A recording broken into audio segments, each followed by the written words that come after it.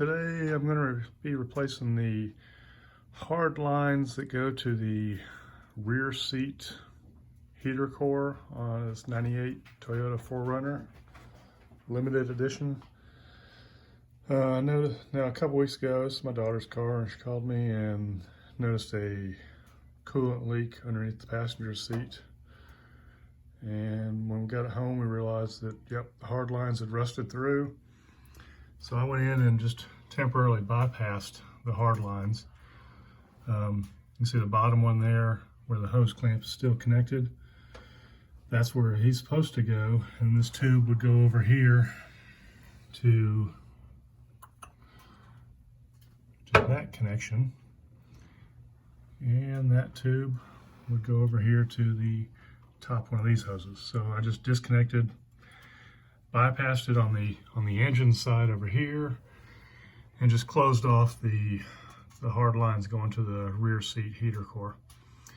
So today we're going to be taking these hard lines out, and I've got a new set of hard lines to put in, and hopefully it won't be too bad, but we'll see. So up in here is where we were getting the leak. You can see there's a lot of rust on there. And behind all that rust is one of the mounting points. I think another one of the mounting points is going to be right where the firewall starts to go up. I think you can see it there. And I think if you get those two out, there's a plastic clip at the top that the lines fit into. That should come out. Okay, so then the lines go into up behind this silver shroud. So I'll have to take that shroud off, and that's where the hose clamps are that connect it to the 90-degree bend that goes up to the heater core under the seat. So anyway, I think you kind of get an idea where everything is right now, and as I take things apart and you can see them better, I'll show you more. Okay, so penetrating oil is definitely your friend here. At least it was mine. Used a little bit of PV Blaster on each one of the 3 nuts. So once you take the nut off this shroud cover, let me see if I can get it where the lighting and the camera view is good. Okay, so you take the nut off, and it should come down, and there's also a clip back up in behind here. Take that clip off, the whole thing comes out, and the clip just, you can see it there, it goes over your hoses. All right, so yeah, kind of, there we go. So the clip goes over your hoses, the nut goes on that one stud right here. So I think it's pretty self-explanatory, and then that exposes your hose clamps here. So anyhow, okay, so I've got the 2 rubber hoses disconnected from the hard line that I'm replacing, and once I did that, I think I'm going to replace these hose clamps that are just the tension type with some screw-on hose clamps, because these are pretty difficult to get to and get off, but however you want to do it. And then I just went up on top and disconnected the hard lines from the plastic clip, so I'll show you that in just a second too. All right, so now we're up on top. I told you I was going to show you the plastic clip. So these are the plastic clips, or it's one clip that holds both hoses, and you can see they're just pressed into there. So with 2 hands, it's pretty easy to pull a little bit of pressure on it, and then just gently spread this apart on each side, that and this. And then there's a centerpiece that you can just leave that. So as you disconnect or spread the outside pieces, the whole thing comes apart. I'm going to have to disconnect the tubing here that I had bypassed, just kind of looped it up and closed it up, just so that I can feed it down through a little bit easier. It's got to feed its way down through there. So let me go ahead and take this tubing off, and then I'll feed it down through and see what happens. Okay, so I thought the hardest part of this was going to be getting those old rusted nuts off and getting this line free from the frame of the truck. As you can see, I have removed the tube or pipe that connects the air box to the throttle body, and I'm slowly working this old set of hard lines out. This is the I don't know what this is. Something that goes from a computer module to the throttle body. Maybe it's some sort of automatic choke, I don't know. But I can't take that out easily right now. I may end up doing something with it later, but I think I can work around it. It's pretty flexible. So now, I think it's going to be just a matter of two hands and kind of twisting and trying to not so much brute force it out of here, but find out what it's getting hung up on. Like a minute ago, the mount where it attaches to the firewall was getting hung up on one of the exhaust pipe flanges down there. So crawled underneath it, and with just a little bit of effort, I was able to get it past that and got it up this high. Now that same mount is getting hung up on the dipstick for the transmission. So I think it's just going to be kind of a slow process, but I should have plenty of room to bring it forward a little bit more if I need to, and then start bringing it up. And I don't really want to bend or cut this tube getting it out, because I'm going to have to get the new one back in here. So I kind of want to know how to get it out, and that will help me as far as getting the new one in. All right, so as always, once you get the old part out or when you're getting ready to put in a new part, it's always a good idea to do a comparison. Looks like get the right bends in here. This is just a spacer. Here's a mount, matches up with that mount. Come down through here.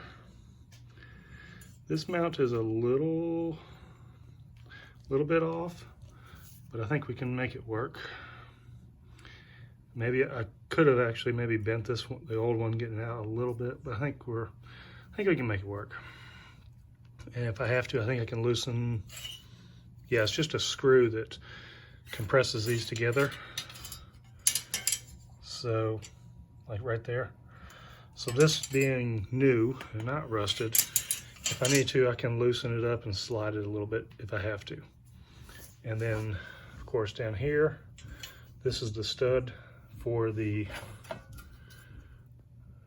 cover plate right here. I'm gonna go through right there. And then our rubber hoses that are still in the truck, this will connect to the rubber hose, and it connects up to our two hard lines. So comparing them, I think we're pretty good. And now it's just a matter of feeding it down through there. One thing that did kind of get hung up is, and maybe this is just because this has got a new muffler on it, but the muffler has a heat shield that has holes in it. Okay, all those holes. And yours may not have that, but this one, the stud right here at the end of the pipe, it did get hung up a couple times, but again, it's nothing nobody can't handle, so it's pretty easy to figure that out. All right, so without too much effort, I was able to get the new hard coolant lines down, snaked down through along the firewall and then back along the frame, and get them hooked up to those rubber hoses where it bends 90 degrees to go up into the passenger compartment. I guess because I was paying attention when I was taking it out and seeing what it could get snagged on and how it actually had to come in and out, it wasn't that bad. So got them in there. I ended up using the same crimp hose clamps that were on there before, or the tension ones. There's the other one. And then you can see the plastic clip that holds it to the firewall there. And all my nuts went on, everything lined up perfectly. Let's see. I don't know. Yeah, can't really tell too much where it goes, but it goes back down in there. Anyhow, their new hard lines are in there. I still need to put on that little protective aluminum or tin cover on the last end there where the rubber hoses are exposed underneath it. And then of course put on my my breather tube here and hook all that back up. But not too bad of a, not too hard of a problem to fix. Definitely would rather have a coolant leak in this thing, in these hard lines, where it's possible to just bypass it and keep going. The only thing you lose is your heater in the back seat. I'd rather have a leak in that line than any of the other coolant hoses. So I'll take a quick look underneath and show you how that looks under there, and that just about wraps it up. Okay, so here's looking up the firewall. You can see the one clip right there, my two lines coming down right here. And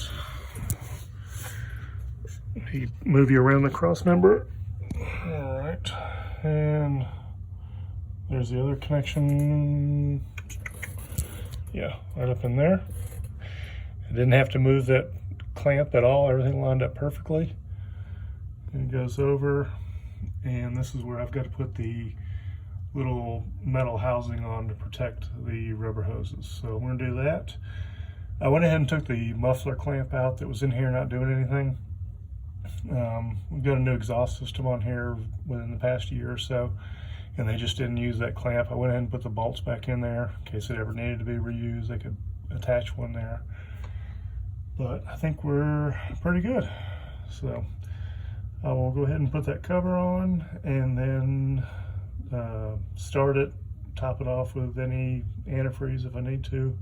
I think we should be good. All right, so everything's put back together, and I just wanted to show you the rusted out hard line that was in here. This is the little stuff that you just got to do to keep your car on the road and keep it running. Yeah, could have run around with this for, with the rubber hose under the hood there and bypass for the rest of the life of the car and just not had any backseat heat. But it seems like whenever you fix the little things like this, then it just kind of makes you want to, okay, hey, there's not as many little things wrong with my car. I want to keep this car running. For the most part, it's not a bad looking car. Looks pretty good. Got little issues here and there maybe, but this is one less issue. And so to all you guys out there that are just keeping it running, keep going.